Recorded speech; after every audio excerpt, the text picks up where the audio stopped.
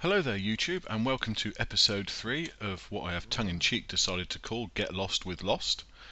As you can see, I've had a bit of a tidy up inside here, and I've made some metal iron chests, and that is now storing all of my items.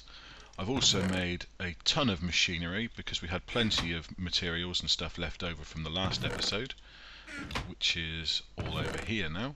There's all the leftovers. So we've got all of our basic machinery and a few mine factory reloaded items, along with a quarry. I haven't got any power for the quarry yet, but I thought I'd make it before I spent all the diamonds on something. Oh, Skelly, come here you. Oh, one hit. You lose. Right, because of my noobish recording skills, I tried to record what I was doing here. I will go over it again, because the recording didn't come out very well. So I will cover this again, so have no fear about that.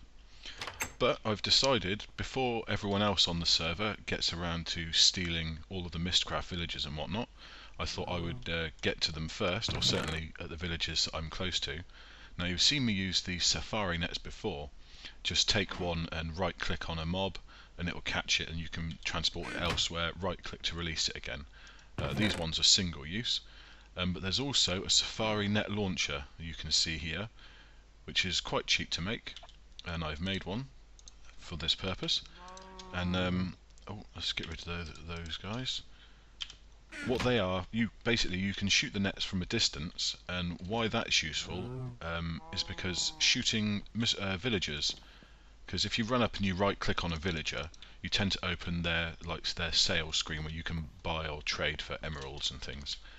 Well, we don't want to do that, we want to catch them, so we're best off using the safari net launcher. We've got quite a few safari nets, so let's go gather ourselves up some villagers. Okay guys, target sighted, and that would be this guy over here. If you right click on a villager like normal, obviously you'll open up this GUI there. If we try and get him with the Pokeball, the safari net, it'll do that as well, and that's where this guy comes in handy. Just get him from a distance and we can catch the little bugger.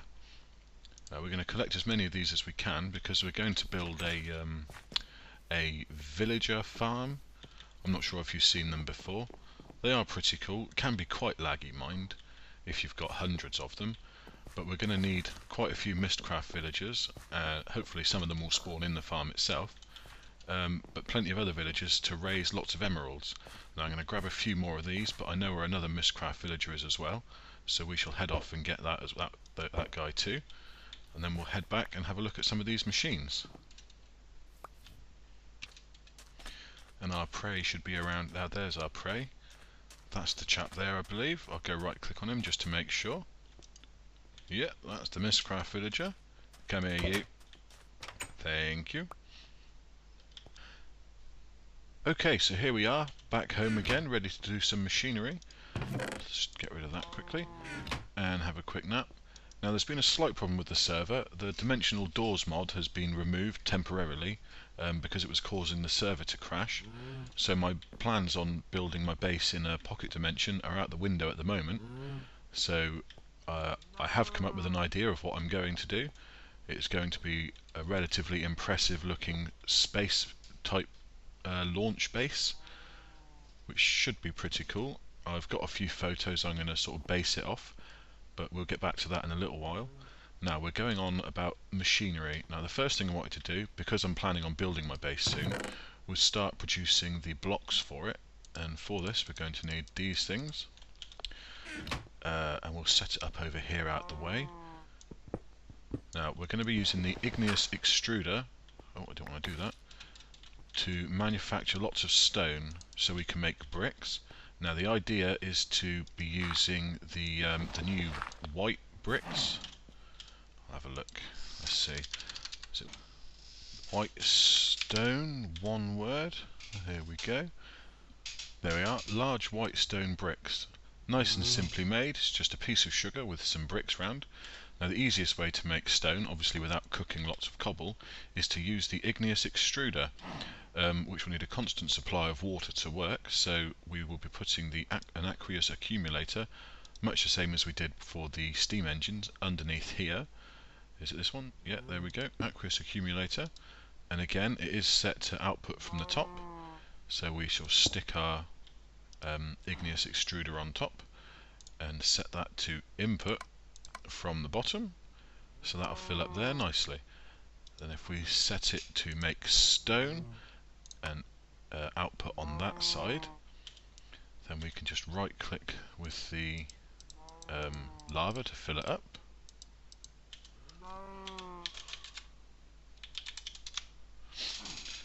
So here we go, fill it up.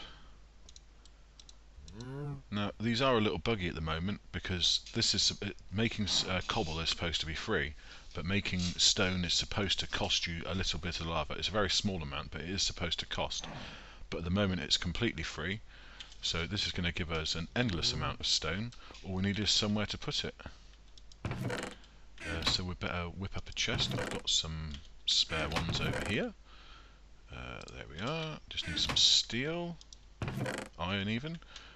1, 2, 3, 4, 5, 6, 7, 8. There we go. Job's a good one. So just pop that chest down there, and it should start filling up already. Yep, there we go. So this is going to produce, this chest is going to fill up with stone by the time we get round to needing to make the bricks for what we want to do. So that's our first new basic machine setup. Because the Dimension Doors mod is taken out, I actually ran all the way back to my hole, the waypoint's on again, back there, and I went into the nether and made a linking book from the inside of the other side of the portal back to here, so I don't have to travel all that far, I can just jump in straight away. Hopefully they get the Dimension Doors put back in soon, because I was really looking forward to playing with those. Okay, next up is the wrong chest. Next up is the bioreactor. Let's just go to these buckets a second. Yes, the bioreactor and the biofuel generator, which is what I've got set up outside. I'll explain these two to you as I've got them here, and we'll go over what's outside there in a minute. So pop it over in this corner, because we need to start powering our new machinery, and that's what these are going to do. Now the bioreactor, you put in plantable items, so saplings and seeds, and this will produce the biofuel that you need. It doesn't need any power, it runs itself, but it does work differently depending on how many different items you've got in it. If you just put in one item, it works very, very fast, but not very efficiently. Whereas if you were to put in 9 different items and fill each slot up with something different, this efficiency bar here would fill up to the top, and it would make a lot more fuel, but use a lot less items. So you want to get as many different items in there as you can, but at the moment we've just sort of got a load of crap built up in our organics chest over there. But that will automatically feed straight into the biofuel generator here, which is going to provide the power for our new machines. Now, doing my testing and whatnot out there, I've worked out that the biofuel generator outputs approximately 14 MJ per tick, which is a stupendous amount of energy, infinitely better than the steam engines over there. But we need to try and make it more sustainable, so we need farms that are powering themselves. Again, why that tests out there, but we need farms powering themselves, but also powering enough excess for these. Okay, back again. I forget what I was saying. So yeah, we're going to use this to power our machines. So hopefully you understand roughly what was going on there. Okay, now if we go outside, I will go over what's out here. Again, it was the same setup, just a biofuel reactor with a biofuel generator, but this was one attempt to make it self-sustaining. Now if we go underneath here, we have this planter. Now the planter operates in a 3x3 area, hence why I've dug out the 3x3 area up here so we can see what's going on. And the planter is being powered by this reactor generator, and this is called a harvester, which is also being powered from the same setup. Now I put 1 stack of saplings in this planter, and I put 1 stack of saplings in the reactor. So the aim was to see whether it would provide enough saplings back and still have fuel left over. Now it did, the generator's still got just a small tiny touch of biofuel in. The reactor has. The generator is completely full, and it managed to produce all of this. Now the vines, I think, were a byproduct of my jungle trees, I believe. I don't know how it happened while I was offline. Either way, this collected some vines, but it collected a load of wood, and it collected 4 and a bit stacks of saplings. So it more than doubled what the input was. The harvester here, along with collecting all of its items, I'll go over all this at a later date. But the harvester, along with collecting items, it fills up here with a liquid called sludge, which is actually next to useless. I mean, you can burn it off in a sludge boiler, and it drops sand, occasionally soul sand and dirt. It's next to useless, really. So I've just stuck a liquid void pipe on the side, so any sludge that's made gets destroyed. Now, if we pop this back together quickly, then we can give a demonstration of what it's supposed to do. You will see me set one of these up, but it'll be on a much larger scale. Let's just. Oh, we can't because Burn's online. Can't sleep. Okay, we'll do this. Have to do this quickly. Again, we'll take 2 stacks of saplings. 1 stack of saplings is going to go in there, and you see the planter automatically plants them up. We'll chuck another stack in there. I know we've already got the stuff there. Actually, let's put some more saplings underneath. So that way we can leave it and it'll make us loads of saplings. There we go. Because we know it all works now. So, yeah. Oh, you just missed it. But the saplings there got turned into biofuel. Now this is the buffer. This is where it's currently making the biofuel. So this will fill up. And the efficiency bar didn't go very high because there wasn't a great deal of different items in there. If I grab some bone meal, you can see what the harvester does. Be in this one. There we go. Let's go fast track one of these trees. Doesn't matter which one. There we go. And that's what the harvester does. And it collects the saplings and pops them back into this chest. Obviously, and all the wood and any apples that drop. Now we just leave that running quite happily, and it will replenish its stocks of saplings. Oh, I see, it's dark, so it's not going to grow properly. Okay, fair enough. Well, that's what that is. I know it's kind of simple, but we will be making a much larger version soon, because we need to power multiple quarries, maybe. Right, so anyway, we have these set up, and we're going to be putting anything I've got left in the chest in to power this. But we want to power our other machinery. And we have here a liquid transposer and a magma crucible. Now, if you've watched my tutorial, or technically block spotlights, you may be familiar with the magma crucible, but we'll be using this to make our tesseracts when we need tesseracts. But at the moment, what we need is redstone energy cells and redstone conduit, because I hate pipes, although we have... Oh, graphical glitch on that one. Yeah, I hate pipes. Whoa, what the hell was that?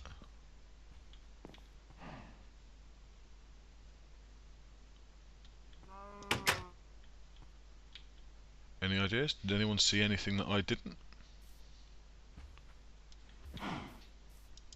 That didn't blow up. What the hell was that? It wasn't lightning, was it?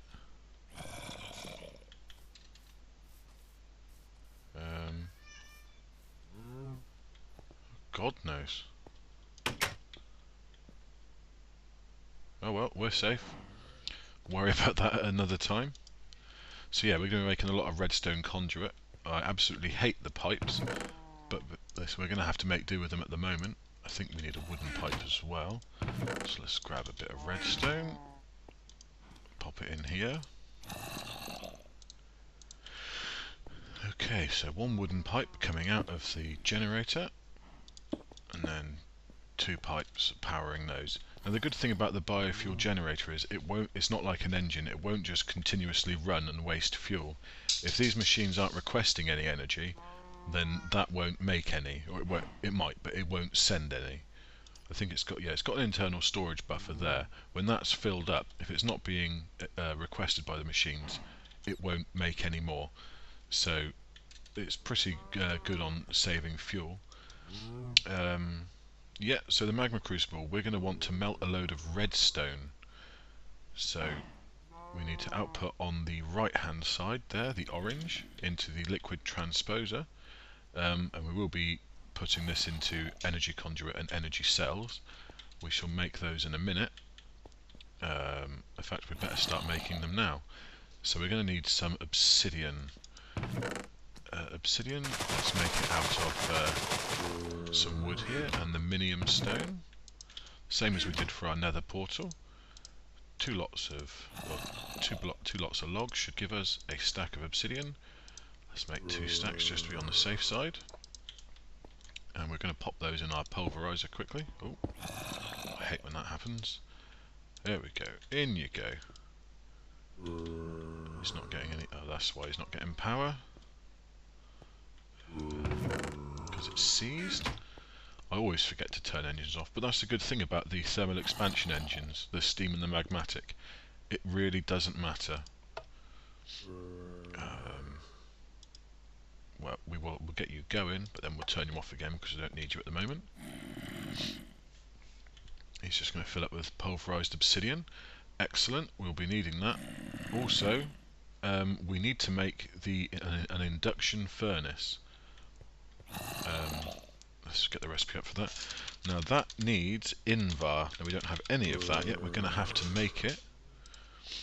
Yeah, there we go, Invar, 2 ingots.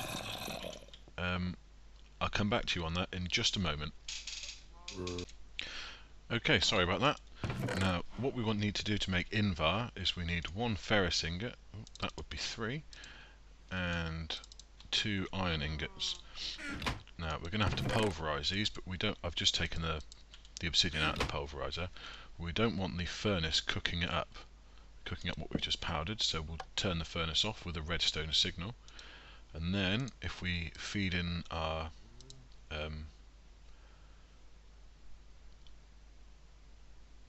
massive brain fart, then if we feed in our ferrous ingot like we did, and then the 2 iron ingots, it will come out this side, and we will have 2 dusts, 2 iron dusts, and 1 ferrous dust.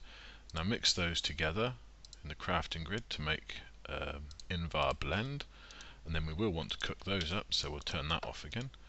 Oh, sorry, turn it on technically.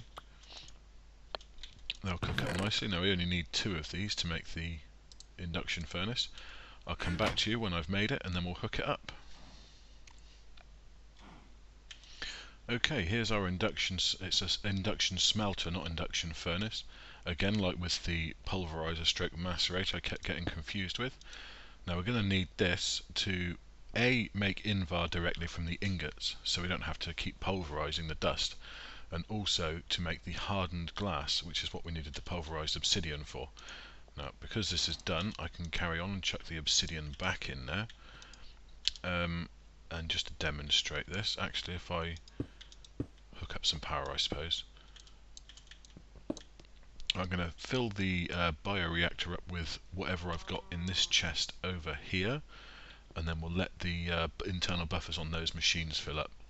Hopefully we should have some obsidian dust ready, and we can start cooking up some hardened glass. What have we got? We've got to save the sugar, jungle saplings, oak saplings, seeds. I mean, it burns saplings. We can chuck some rubber saplings in as well. Only burns saplings, or sorry, converts it into biofuel, I should say. Saplings and seeds mostly. I think netherwort. I think sugar. I'm not entirely sure though. But anyway, we'll chuck all of this in there and let it do its thing. Oh crap, I threw something in there that I didn't mean to. Can I have my furnaces back please? So there we go, those aren't feeding into their own slots, but it's showing a higher efficiency than normal because we've got lots of different things in there. Now this should start making power any second now. Yep, there we go, and these internal buffers are going to fill up pretty quickly. Now when they are filled up, I shall come back and we'll start feeding some stuff into the induction smelter and getting on with making some redstone conduits. Okay, we've got our obsidian dust. Now we just need some lead. Now we have 1 stack of pulverized obsidian to half a stack of lead. Should give us 64 hardened glass. So pop those in the induction smelter there. And this will go through and start firing out hardened glass. There we go. Lovely jubbly. But while that's doing its work, we also need to make liquid redstone. So let's grab a stack of redstone and go pop it in the magma crucible to melt up. Now as you can see, this isn't filling up because it's auto feeding directly into the liquid transposer, ready for when we need it. When the hardened glass is cooked up, we're going to need electrum, and that is made using silver, which we have quite a bit of, and gold. Do we need that much? Probably not. No, let's just make 32. Okay, I'm going to wait for this glass to cook up and the redstone to liquidate. Actually, I might put another stack of redstone in there as well. It couldn't hurt, could it? Just keep it topped up, and I'll catch up with you when this is finished processing as well. Okay guys, these have all finished their work, and as you can see, there's no blue line anymore because the machines don't need power. The biogenerator has stopped producing it, which is an amazing mechanic. So if you're wasting a lot of fuel in engines and whatnot, this is definitely the way to go for you. So we've got our hardened glass. Now we're going to want to chuck in the silver and the gold now and cook up some electrum. Let's just grab a few to get started. Come on, come on. Right, okay, so we're going for redstone energy cells to start with, which are these, and we need to make the energy cell frames and then fill them with redstone. Now, the energy cell frames are pretty simple. They need a diamond, but that's not expensive in the scheme of things. So let's grab a couple of diamonds, and we needed, what was it? I forget. Electrum, hardened glass, and a diamond. Okay, let's grab some more electrum. Okay, so let's make 2. 2's a good starting point. I do plan on having, 10 or 20, the wrong way around. I do plan on having 10 or 20 of these because they are an amazing way of storing your power. And pop these straight into the liquid transposer like so, and it will slowly fill up with redstone. While that's doing that, we'll grab these, and for the there goes another tree. Excuse me a second. Okay, both our energy cell frames are done, so we're going to go over here now and actually make the energy cells themselves. We've got that. We need some lead and we need some gold. No, that was electrum, wasn't it? Yeah, electrum. So we need some redstone, some electrum, and some lead. Some lead. We've got the electrum on us. Okay, so we need 2 of the reception coils. Was it that what they called? Conductance coils. Okay, so we'll pop those there. A couple of electrum over the top. Our 2 energy frames, and then some lead. And then we have our empty redstone energy cells. Now we're going to be ditching these pipes now because we don't need them. I'm wasting my sword. And we'll pop an energy cell down underneath here, and that should automatically start filling up. I say automatically a lot. Yeah, there we go. See, he's filling up pretty quickly, and we'll have our conduits running underneath the ground. So we get rid of these pipes again. We won't be using those ever, hopefully. Goodbye to you. Now we need to make the energy conduit, which is simple. Again, it needs to be filled up in the liquid transposer, but that takes 2 electrum and a hardened glass. How much? We've got 16 electrum and some hardened glass. Makes us a sizable amount of energy conduit. Now that should be more than enough redstone for this. That might not be. Anyway, I'll come back when that's done. Okay, managed to do 24. I'm not going to melt some more redstone just to fill up these 8. I'll just leave those to one side until we're making some more. But we do have 24 conduits, so we can go ahead and start placing those down. And they're going to be going down here. So we'll be moving our machines back against the wall. There we go. So the conduit's going to run all across here, just like so. Now we need to adjust, if you can see the blue arrow underneath there, we need to adjust that. We need a wrench for that. I'll have to go grab one. That should work with the Buildcraft wrench, otherwise we'll have to make a crescent hammer quickly. Oh, I've already got the wrench on me. Duh. Okay. Pop that down here. And now it's set as an output. There we go. You see it's turned to orange and the arrow's pointing the other way. That's all good. But again, nothing's requesting power, so it's not really all that. It's not going to be drawing anything out at the moment. And we're going to be placing. Our machines will go back against the wall exactly where they are now. So we'll do this and we'll do that. And then we can pick up our machines. Slowly but surely. So can we right click with the wrench? We can. Awesome. Now we wanted the induction smelter was at this end. So there he goes. And he should be getting power. Excellent. And the liquid transposer. Oh, come back here, wrench. So the liquid transposer on this side and the magma crucible on that side. Fill these holes in the floor quickly.